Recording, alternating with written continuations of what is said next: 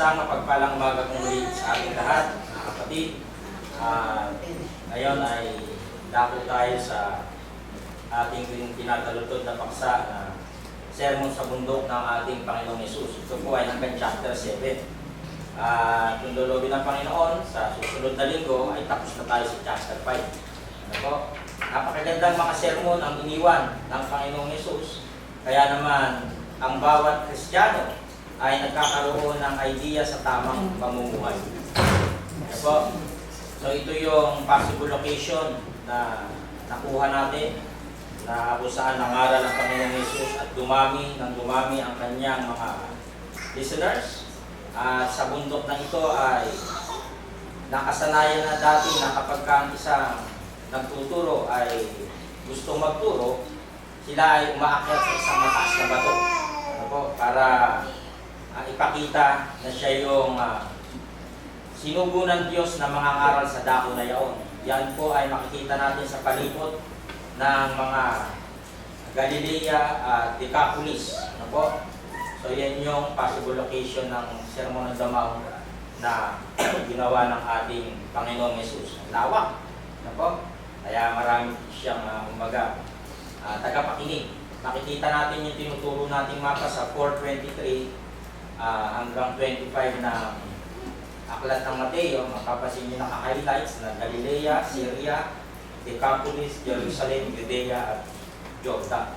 So nandyan po yung mga pinangaral ng Panginoong Hesus, at habang siya ay nangangaral, patuloy siyang sinusundan ng pulutong ng mga Pariseo at Saduceo na makikita natin sa kanyang pangangaral ay binabatikos at hinahanapan siya ng butas para magkamali.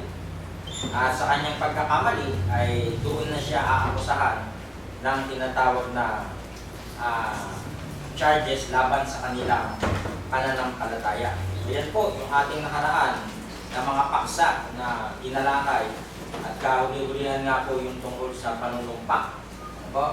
Na hindi raw nararapat gamitin ang luklukan ng Diyos, ang kanyang pangalan sa mga salitang binabanggit ng tao. Ano po? At sa ngayon, sa pagkakataong ito, tayo ay nasa lesson number 9 na ngayon. At ito nga po ay ang Sermon on the Mount na may title na Mata sa Mata. Ano po? O Eye for an Eye. Ano ba ang ibig sabihin ito? Na kumbaga ay batas na umiiral noon sa Israel na talaga namang kung ano ang ginawa mo, gagawin sa'yo. Ano po? Kaya kung dinukot mo yung mata, dudukutin din ang mata mo. Kung sinaksak mo, sasaksakin ka rin. Everything you do, I do it for you.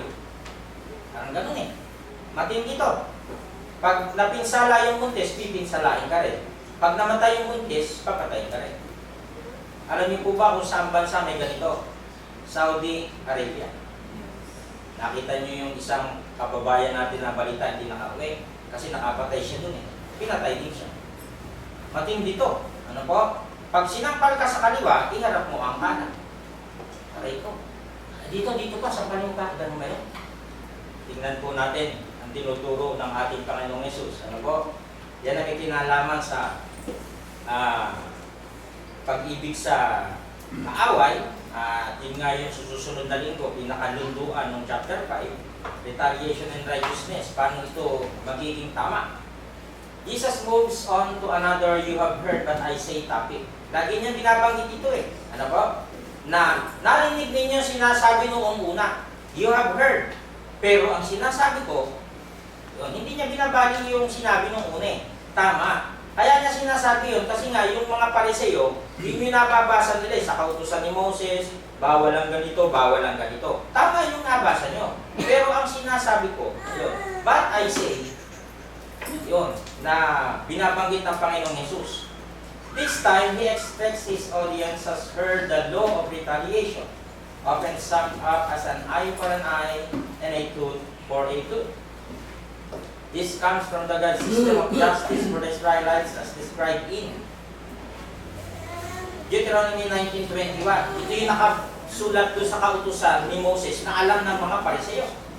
Your eye shall not pity, it shall be life for life, eye for eye, tooth for tooth, hand for hand, foot for foot.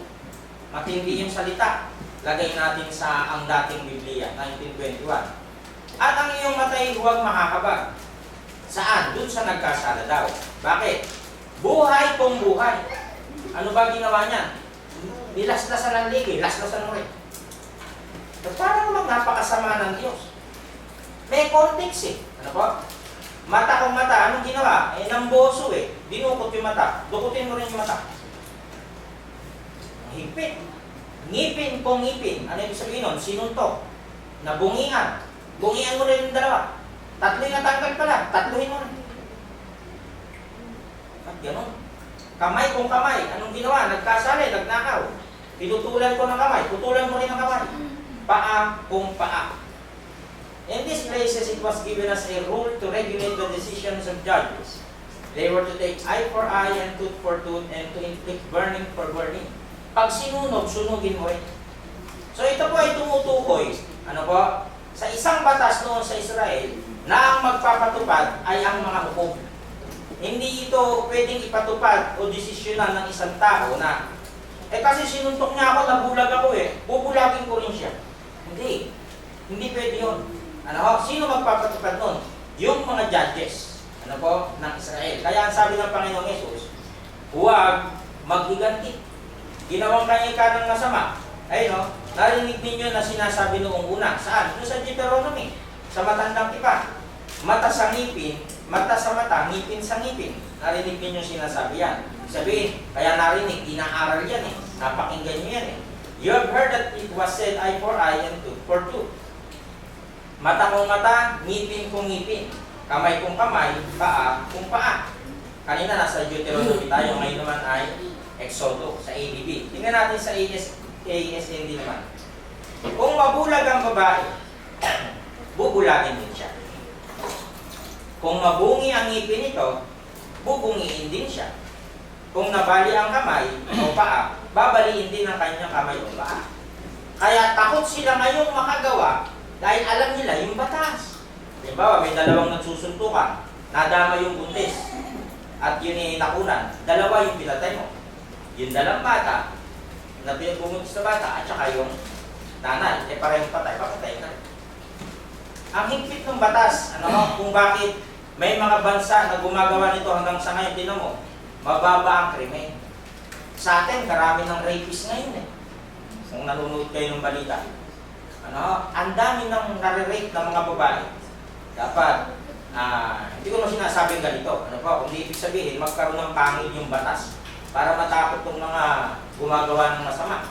Eye for eye, tooth for tooth, hand for hand, foot for foot. Sa 21-25, pasok kung pasok. Tignan nyo, iba-iba yung nilalarawan.